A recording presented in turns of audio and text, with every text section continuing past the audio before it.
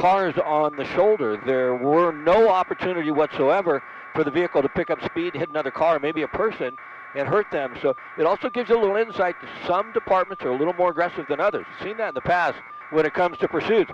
But now a pit maneuver in the middle of an intersection. Now he's pinned in, and it looks like this will probably come to a stop now. I'm surprised the other patrol car didn't pull in behind him and stop him from continuing. So that's interesting.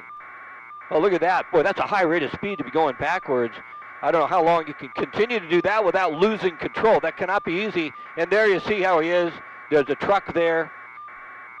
Boy, I tell you, this is a very interesting situation. We haven't seen them a pursuit end like this in some time. They had an opportunity to stop them. Driving backwards at a high rate of speed is no easy task. And now another pit maneuver coming. There it should be. I'll hit the back. And boy, the tailgate opened.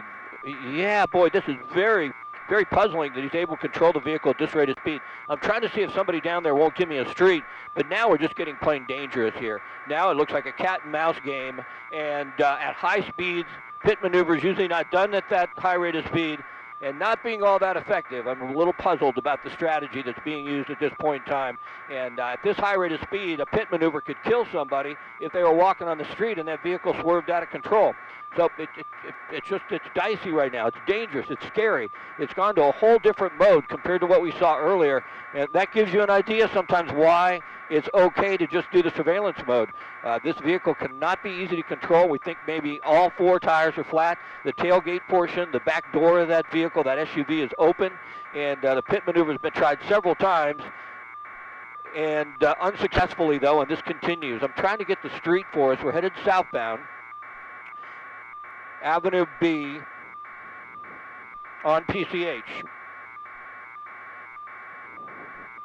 Yeah, and I don't know what mindset changed that, because certainly all of a sudden it took a different tone. It got very aggressive on all ends. The police end, the suspect's driving end.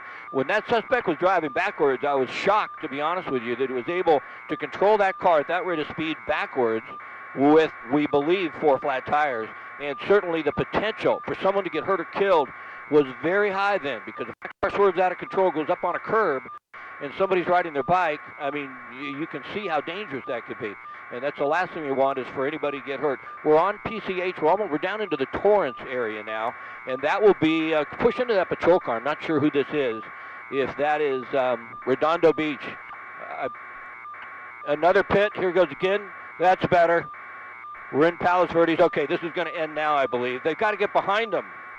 I'm not certain why they don't. There we go. Finally, they lodged the vehicle in, which they didn't do last time around. Officers have their guns drawn, and this is where the situation gets very tricky if the suspect does not comply with their order. Especially, these officers are pretty hyped up being involved in this pursuit. They're going to ask him to throw out the keys, put up his arms, all sorts of things.